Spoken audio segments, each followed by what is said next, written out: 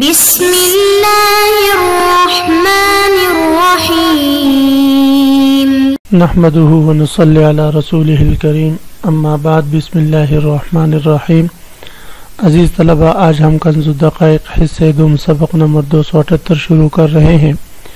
اس سبق میں ہم کتاب الاشربہ سے متعلق پڑھیں گے۔ سبق نمبر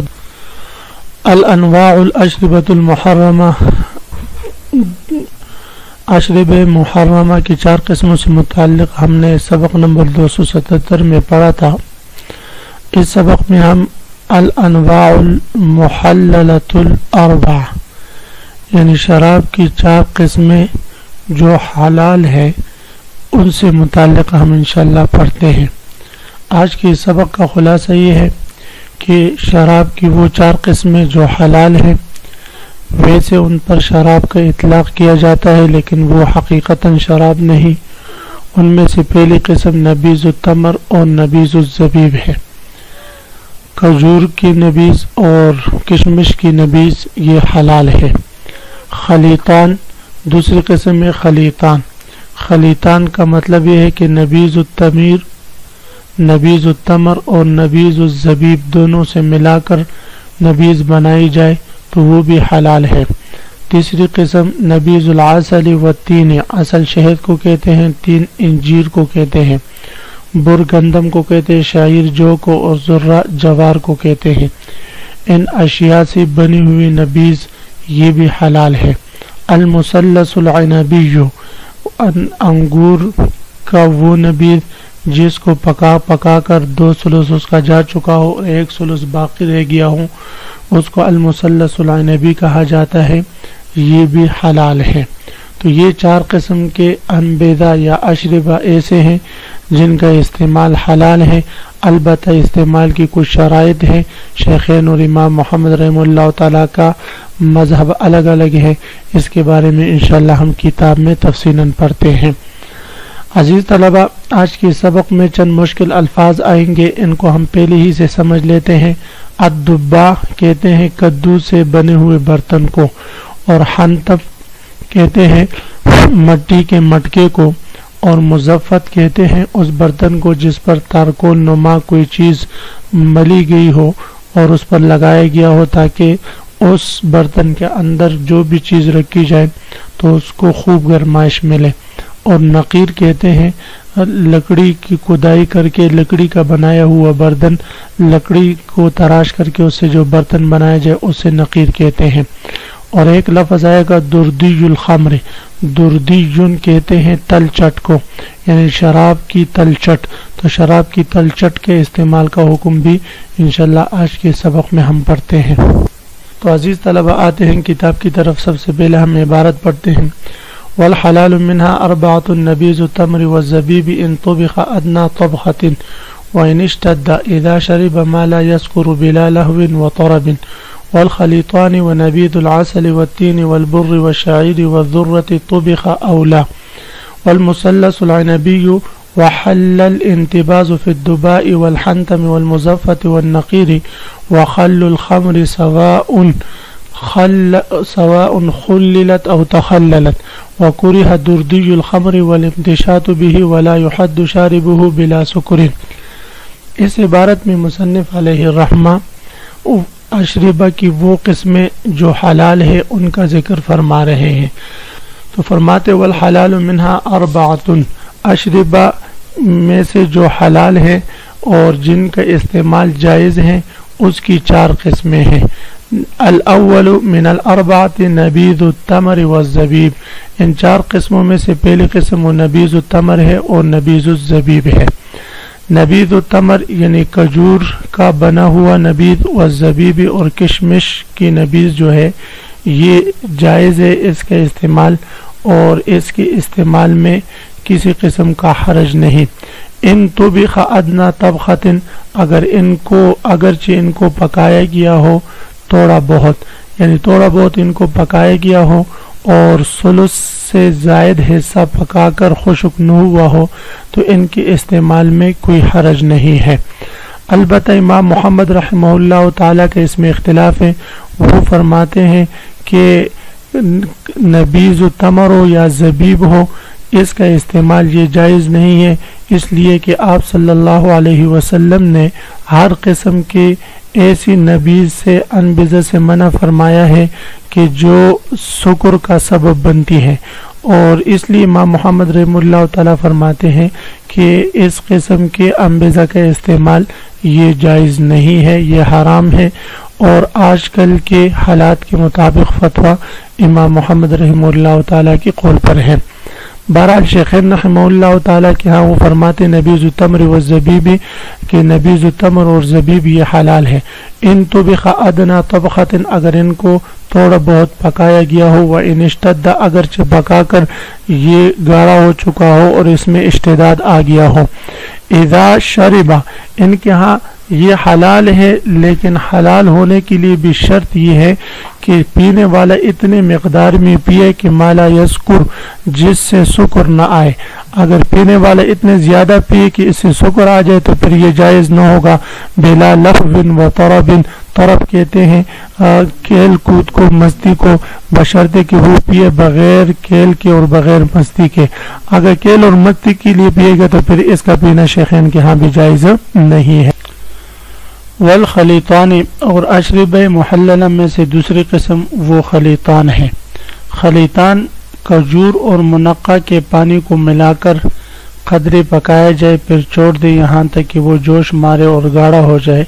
تو اسے خلیطان کہا جاتا ہے، یہ بھی حلال ہے۔ منقع یہ کشمش کی ایک قسم ہے، بڑی کشمش ہوتی ہے، اس کو منقع کہتے ہیں۔ تو بہرحال خلیطان بھی شیخین رحمہم اللہ تعالیٰ کے ہاں حلال ہے، اور حلال ہونے کی شرط شیخین رحمہم اللہ تعالیٰ کے ہاں وہی ہے کہ یہ علی اللہو و طرب کے طور پر نہ پیے، بلکہ تقویت بدن کے لیے استعمال کرے، اور اتنے مقدار میں نہ پیے جس سے نشہ چڑھ جائے۔ اور امام محمد اور امام شافعی رحمہ اللہ تعالیٰ کے نزدیک یہ مطلقاً حرام ہے۔ کے بارے میں شیخین رحمہم اللہ تعالیٰ کے مذہب پر دلیل جو ہے وہ حضرت عائشہ رضی اللہ تعالیٰ عنہ کی روایت ہے، وہ فرماتی ہے کننا ننتبذ لرسول اللہ صلی اللہ علیہ وسلم فی سقاء فنأخذ قبضة من تمر وقبضة من زبیب فنطرحه ما فيه ثم نصب عليه الماء فننتبذه غدوة فيشربه عشية وننتبذه عشية فيشربه غدوة، کہ ہم زبیب اور تمر کو ملا کر ایک ایک مٹھی تمر اور ایک مٹھی زبیب لے کر وہ ڈال دیتے تھے، پورے اوپر پانی ڈال دیتے تھے اور اسے نبیذ بن جاتا، اور آپ صلی اللہ علیہ وسلم رات کی بنائی ہوئی نبیذ صبح اور صبح کی بنائی ہوئی نبیذ رات کو استعمال کرتے تھے۔ بہرحال امام محمد اور امام شافعی رحمہ اللہ تعالیٰ کے ہاں یہ ناجائز ہے نبیذ التمر اور نبیذ الزبیب کی طرح۔ ونبیذ العسل والتین والبر والشعیر، اشرب محللہ میں سے تیسری قسم وہ شہد، تین انجیر کو کہتے ہیں، بر گندم کو کہتے ہیں، شعیر جو کو کہتے ہیں، اور ذرہ جوار کو کہتے ہیں۔ ان اشیاء کے بنائی ہوئی نبیذ بھی شیخین رحمہم اللہ تعالیٰ کے نزدیک حلال ہے، ہوا اس سے پکائی گئی ہو یہ یا نہ پکائی گئی ہو، دونوں صورتوں میں، مگر یہاں پر بھی وہی شرائط ہیں کہ ان کا استعمال اتنے مقدار میں نہ ہو جس سے نشہ چڑھ جائے، اور علی اللہو و طرب یعنی کھیل کود اور مستی کے طور پر نہ پیے بلکہ تقویت بدن کے لیے استعمال کریں، تب یہ شیخین رحمہم اللہ تعالیٰ کے نزدیک یہ جائز ہے۔ اور اس پر بھی دلیل آپ صلی اللہ علیہ وسلم کی روایت ہے کہ آپ صلی اللہ علیہ وسلم ارشاد فرماتے ہیں الخمر من ہاتین الشجرتین النخل والعنب،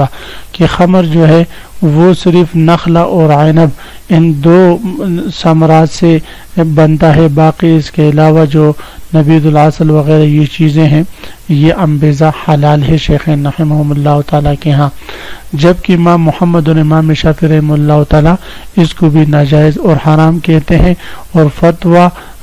زمانے کی وجہ سے، فساد زمانے کی وجہ سے امام محمد رحمہ اللہ تعالیٰ کے قول پر ہے۔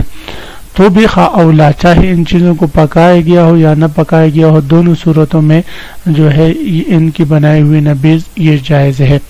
والمثلث العنبی، مثلث عنبی یعنی انگور کا نچوڑا ہوا رس، جب اس کو اتنا پکایا جائے کہ 2 ثلث جل کر ختم ہو جائے اور صرف 1 ثلث رہ جائے، اگرچہ اس میں جوش اور تیزی پیدا ہو جائے اور جاگ پھینکے تو یہ بھی شیخین رحمہ اللہ تعالیٰ کے نزدیک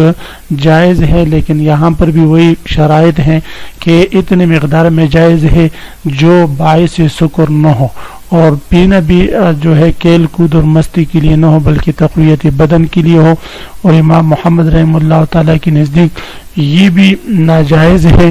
اور ان کے ناجائز ہونے کی دلیل حضرت عبداللہ ابن عمر رضی اللہ تعالیٰ عنہ کی روایت ہے، وہ فرماتے ہیں ما اسکر کثیرہ فقلیلہ حرام، جو چیز نشہ دلائے چاہے وہ قلیل ہو یا کثیر ہو وہ حرام ہے۔ اس حدیث شریف سے استدلال فرماتے ہیں،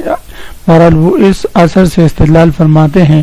اور فتویٰ امام محمد رحمہ اللہ تعالیٰ ہی کے قول پر ہے جیسے میں عرض کر چکا۔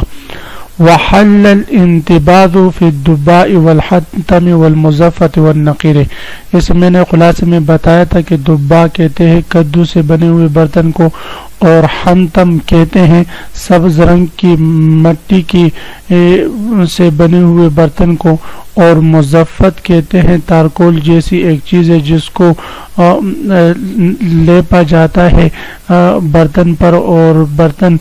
پر اس کی پالش کر دی جاتی ہے، اس کو مزفت کہتے ہیں۔ اور نقیر برتن اس برتن کو کہتے ہیں جو لکڑی وغیرہ سے بنایا جاتا ہے۔ تو چونکہ جب ابتدائی اسلام میں شراب کی حرمت نازل ہوئی تو آپ صلی اللہ علیہ وسلم نے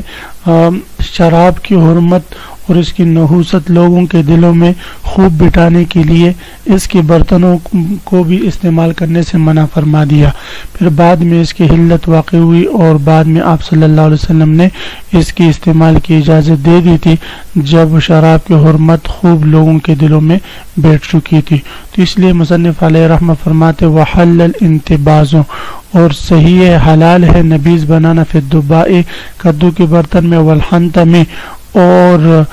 مٹی کے برتن میں، والمزفت اور اس برتن میں جس پہ تارکول لیپا کیا گیا ہو، والنقیر اور لکڑی کے بنے ہوئے برتن میں۔ وخل الخمر سے مصنف علیہ الرحمہ یہ مسئلہ بیان فرما رہے ہیں کہ جب شراب سرکہ بن جائے، چاہے وہ سرکہ کسی چیز کو ڈالنے سے شراب کو سرکہ بنایا گیا ہو، یعنی نمک یا گرم پانی ڈالا جائے تو وہ حلال ہو جائے گی، اسی طرح اگر وہ خود بخود جو ہے وہ سرکہ بن جائے تو فرماتے ہیں اس صورت میں وہ شراب حلال ہو جائے گی۔ وخل الخمر، اور شراب کا سرکہ بنانا، سواء خللت، چاہے وہ خود بخود بنایا گیا ہو اور چاہے اس کو خود بخود بنایا جائے، او تخللت، یا خود بخود سرکہ بن جائے، تو دونوں صورتوں میں یہ جائز ہے، اس میں کسی قسم کی قباحت نہیں ہے، اس لیے کہ یہ سرکہ بنانے میں جو ہے شراب کو یعنی ناجائز کو حلال کی طرف پھیرنا ہے، اور اس میں کوئی حرج نہیں ہے۔ جنس تبدیل ہو جاتی ہے اور تبدل جنس کی وجہ سے حکم بھی تبدیل ہو جاتا ہے۔ وَكُرِهَ دُرْدِيُّ الْخَمْرِ، اس عبارت میں مصنف علیہ الرحمہ شراب کی تلچٹ سے متعلق مسئلہ بیان فرما رہے ہیں۔ دردیون کہتے ہیں تلچٹ کو، جیسے تیل وغیرہ کی تلچٹ ہوتی ہے جو برتن کے نچلے حصے میں بیٹھ جاتی ہے، ایسے ہی شراب کی بھی تلچٹ ہوتی ہے، تو یہ تلچٹ کا استعمال یہ بھی شراب ہی کی طرح ہے، یہ بھی مکروہ ہے۔ اسی طرح والامتشاط بھی، اور اس کے ذریعے کنگھی وغیرہ کرنا یہ بھی مکروہ ہے۔ کنگھی کا ذکر خاص طور پر اس لیے کیا ہے کہ یہ تلچٹ تیل کے طور پر بالوں کے لیے استعمال کیا جاتا ہے، اور بال جو ہے وہ اس سے مزین اور خوبصورت ہوتے ہیں، تو مصنف علیہ رحمہ فرماتے چونکہ یہ حرام لعین نہیں ہے لہذا اس سے کسی بھی قسم کا نفع حاصل کرنا یہ جائز نہیں۔ وَكُرِهَ دُرْدِيُّ الْخَمْرِ، فرماتے مکروہ ہے شراب کے تلچٹ استعمال کرنا، والامتشاط بھی، اور اسی طرح اس سے کنگھی کرنا یعنی مکروہ تحریمی ہے۔ وَلَا يُحَدُّ شَارِبُهُ بِلَا سُكْرٍ، البتہ اگر یہ تلچٹ کسی نے پی لیے تو اس کو حد نہیں لگائی جائے گی بغیر سکر کے، بغیر نشے کے، جب تک کہ اس کو نشہ نہیں چڑھاتا اس وقت تک اس کو حد نہیں لگائی جائے گی۔ یاد رکھیں عزیز طلبہ کہ عام طور پر خمر کا ایک قطرہ پینے سے جب اس پر ثابت ہو جائے یا وہ خود اقرار کر لے تو اس پر حد شرب لگائی جاتی ہے، لیکن تل چٹ کا حکم جو ہے وہ عام خبر سے تھوڑا سا مختلف ہے، اس میں تھوڑی سی تخفیف ہے، تو اس لیے فرماتے ولا یحد شاربہ، دردی کی پینے کو سے جو ہے شارب پر حد نہیں لگائی جائے گی بلا سکرن، بغیر نشہ چڑھنے کے۔ تو عزیز طلبہ، اسی کے ساتھ آج کے سبق کا اختتام ہوا۔ آج کے سبق کا خلاصہ یہ ہوا کہ ہم نے اشرب محللہ کی 4 قسمیں پڑھی، نبیذ التبر، نبیذ الزبیب، دوسری قسم خلیطان، تیسری قسم نبیذ العسل والتین والبر وغیرہ، اور چوتھی قسم المثلث العنبی۔ ان کا حکم پڑا شیخین کے ہاں جائز چند شرائط کے ساتھ، امام محمد اور امام شافعی رحمہ اللہ تعالیٰ کے ہاں ناجائز، فتویٰ امام محمد رحمہ اللہ تعالیٰ کے قول پر ہے۔ پھر ہم نے دبا، حنطم، مزفت اور نقیر ان 4 برتنوں کے استعمال کا حکم پڑا، اور آخر میں ہم نے پڑھا کہ خمر کو اگر کوئی شخص سرکہ بنائے تو یہ جائز ہیں، اور آخر میں ہم نے دردی الخمر سے متعلق مسئلہ پڑھا۔ عزیز طلبہ، آپ حضرات اس کو خوب غور سے سنیں سمجھیں۔ اللہ ہم سب کا حامی و ناصر ہو، آمین، وآخر دعوانا ان الحمدللہ رب العالمین۔